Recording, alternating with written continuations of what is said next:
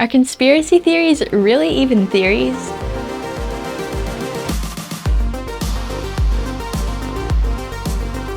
Welcome to Critical Thinking Skin, where you look at how you can think about any faith-challenging message and arrive at a biblical, logical conclusion yourself. I'm Patricia Engler, and today let's begin looking at how to evaluate conspiracy theories, as the ability to discern between real and imagined scenarios is becoming ever more relevant in today's culture.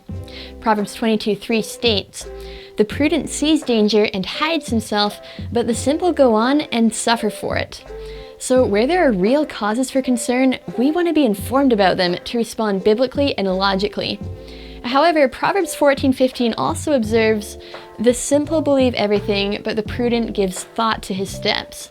So we don't want to be gullible in believing and spreading everything we hear, especially because if we develop a reputation for buying into alarming but unsubstantiated explanations, we may lose credibility for calling out substantiated concerns, as happened in the story of the boy who cried wolf. That's all the more reason to exercise biblical, critical thinking. To start, we better define what a conspiracy theory is. According to the Merriam-Webster Dictionary, a conspiracy theory is a theory that explains an event or set of circumstances as the result of a secret plot by usually powerful conspirators. But what do we mean by theory? In science, a theory is considered a broad explanation which has been shown to be consistent with tons of experimental data or other observable facts. Incidentally, the story of evolutionary origins is inconsistent with a lot of observational data, so shouldn't even be called a theory, as linked resources explain in more detail. But when it comes to conspiracy theories, we usually mean theory in the sense of what the Merriam-Webster Dictionary would call an unproved assumption or conjecture. So when we say conspiracy theory, what we often really mean is conspiracy conjecture. And that's going to be important to keep in mind later for sorting through what's real and what's imaginary. For now, it's enough to hint that a major key lies in discerning the difference between conspiracy conjectures and conspiracy data. After all, genuine conspiracy theories, underhanded plots, and other unsavory agendas do unfold in our sin-broken world, as history's records of revolutions and assassinations and political cover-ups illustrate. But if there's not much hard data, including observable facts, reliable eyewitness testimony, or other documentation from original sources which are consistent with a conspiracy theory explanation, then we don't have much reason to believe that explanation. And if the explanation is inconsistent with many observable facts, that's really good reason not to believe it.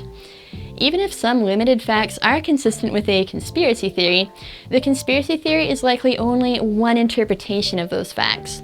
So it's useful to consider whether there could be other explanations for those facts which makes at least as much sense. For example, I once heard someone tell me that a certain individual was involved in organized crime. When I asked this person how they knew that, they answered that the individual was well-to-do and worked on business that their family didn't really know about. Well, involvement in organized crime is one way to explain those observations, but it's not the only way. So always ask, what's data, what's conjecture, and as we'll explore more in episodes 104 to 105, whether there are other ways to explain the same data which makes at least as much sense.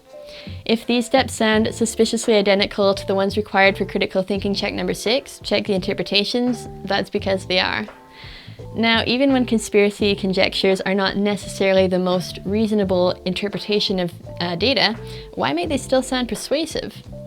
For one thing, they often produce a fear response, and emotions play a key role in the psychology of persuasion, as episode 53 discusses. Researchers have also identified multiple other factors which can make people feel more drawn to conspiracy theories. For instance, the desire to find meaning and patterns in events, or to reclaim a sense of control over unpredictable environments. Of course, just because people may have a psychological reason for believing a conspiracy theory, that doesn't tell us whether the conspiracy conjecture is true or false. Discerning that will require more biblical, critical thinking, which we'll continue next time. Meanwhile, for more on how to think critically about any faith-challenging message, you can access my other CT scan videos packed with tactics, tips, and tools that helped me as a Christian student at secular university. Thank you for watching.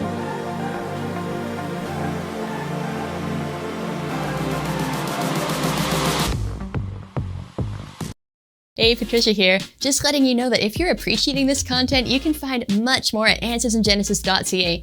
And while you're there, please consider donating to the ministry so that we can keep creating more resources. And however you're watching today, we'd love it if you take a second to subscribe, like, or share this content so it can reach and equip even more Christians. Thank you so much.